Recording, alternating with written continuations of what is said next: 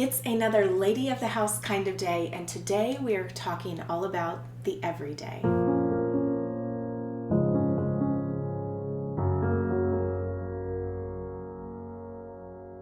There's so much beauty that's lacking in our world today, and I'm not just speaking about those things that you can see. I mean, the way that we speak, the way that we act, the way that we treat one another, the way that we just do everything. We can do it in a beautiful way, or we can just be ugly and add to the ugliness that's in this world. So I really hope that if you are ready to graduate on to being the lady of the house and stepping into that role, then you will hold yourself to a higher standard, and you will just have so much joy when it comes to taking care of the everyday. So I have a list here of what is the everyday, and I want to share with you my line of thinking on it. So I don't have it written here, but I feel that it goes without saying that a lady is going to present herself in a lovely way. So even though I don't have it written here, I have an icon of a dress. Get yourself dressed every single morning. Now, I encourage a dress a day, and I also think that those dresses should be dresses that fit you well, that you love the colors of. If you are not one who loves dark colors, do not feel compelled to have to get dark colors within your wardrobe just because the trendy capsule wardrobe, the person who's telling you what are must-have pieces, don't listen to that. Don't ever listen to a must-have. There is no such thing. I really do encourage you to add some color to your wardrobe. Not only will this help lift your spirit day to day, but just watch what it does for those around you. And then part of that dress is just about presentation. So your hair, your makeup, you're spending time doing that first and foremost before we get into the rest of the list. Now that you have focused on presenting yourself as a lady, it's a good time to make the bed, because you want to have a very relaxing, beautiful space to come back to all throughout the day, especially if you're home.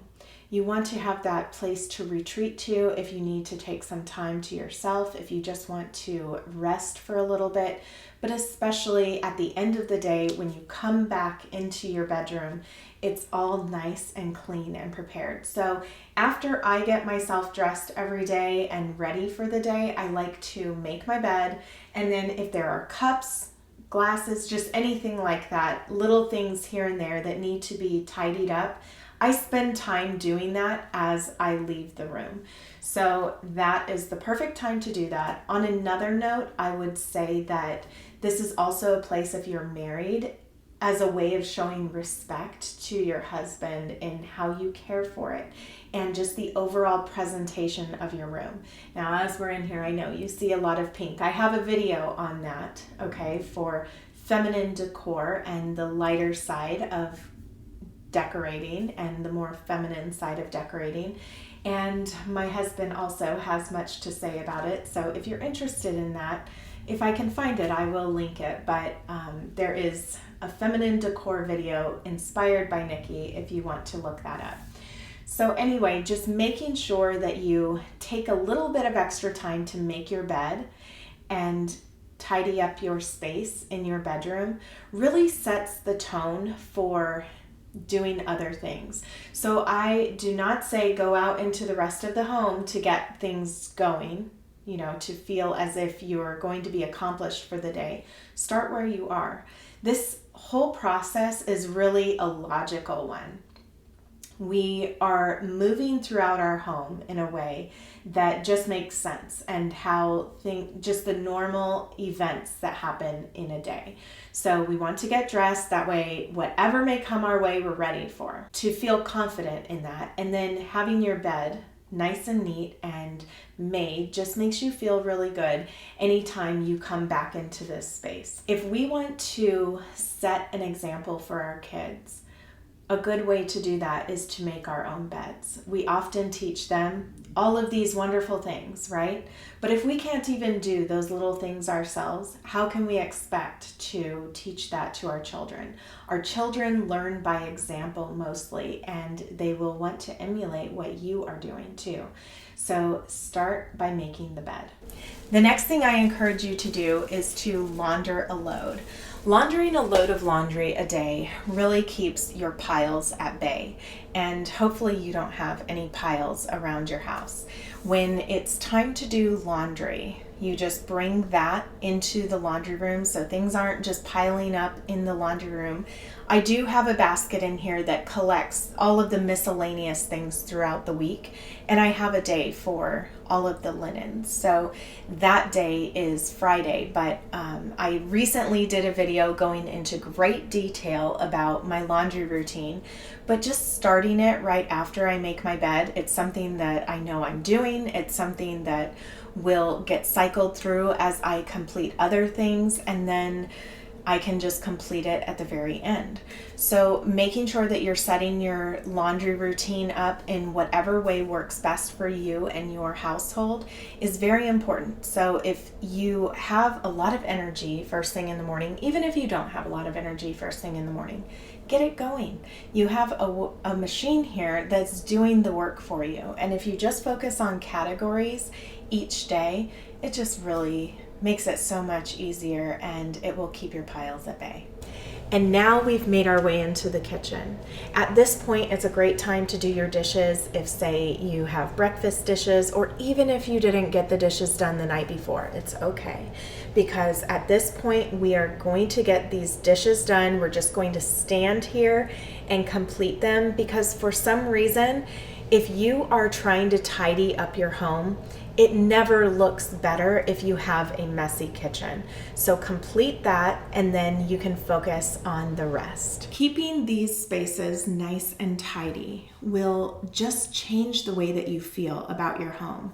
It changes how you feel when you come back home from dropping the kids off at school or going to work or anything that you may do with your day, even if you're just running to the market, because you want to walk into a space that feels well kept. And taking a little bit of time, I say tidy the home in 10, or the tidy 10, because that's really all that it takes if you have your belongings to a manageable level, to the level that is just right for the lady of the house, because ultimately, you are the one who focuses on all these things, right? So you are the one making decisions when it comes to how much are you keeping within your home.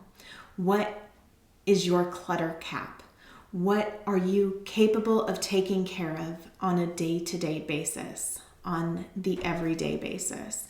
So some of the things that I like to focus on when I am doing a quick 10-minute tidy is to just get those things, or to direct traffic when it comes to the kids. If I see one of my children and something is theirs, I ask them to please put it away. I'm doing this throughout the entire day, but just having a time set aside where you know you want everything put away is really great. Sometimes we need to have multiple times throughout the day where we're doing that, right? It just depends on the level of traffic within your own home. So I really don't have anything but 10 minutes on there. However, if you are the one responsible for cleaning up after maybe you have real little ones running around, add 10 minutes per person to this, because it can take a lot more than just 10 minutes if you're talking about a lot of toys, but also consider the amount of toys that you want to be picking up on a day-to-day basis as well. And that is all within your control. Now, a side note, part of tidying is also tidying up the bathroom. So that doesn't have to be a major clean every single day, but say you're going to have company over. What little things would you tidy up very quickly? Do that in this 10-minute tidy every single day, so you can feel great no matter who may be stopping by. You feel good walking into that space as well. Just keep that in mind, and I would focus on the guest bathroom, because if you are going to be using your bathroom on a day-to-day basis, that's something that hopefully you are considering when you're in there, how to leave that space better than you found it. You're wiping out the sink. You're doing those things naturally. And now it's time to design the menu. There's just something about knowing what's for dinner that puts a lady's mind at rest. So I encourage you to do this, even if you are not going to be the one cooking. Maybe your husband likes to cook as well. Maybe your kids want to pitch in, making sure that all the necessary ingredients are within the home eliminates that need to run to the store at the last minute. So taking that little bit of time to plan this portion out will make the world of difference. Now, this portion of the everyday is not complete until the laundry is cycled and folded, put away, hung up, all of that. So you will know that you are done with the everyday as soon as that's done. Next week, you can look forward to all of the videos that I have in this Housekeeping and the Everyday series, which will be scheduled to post on Monday. And I look forward to seeing you in my next video. Bye, everyone.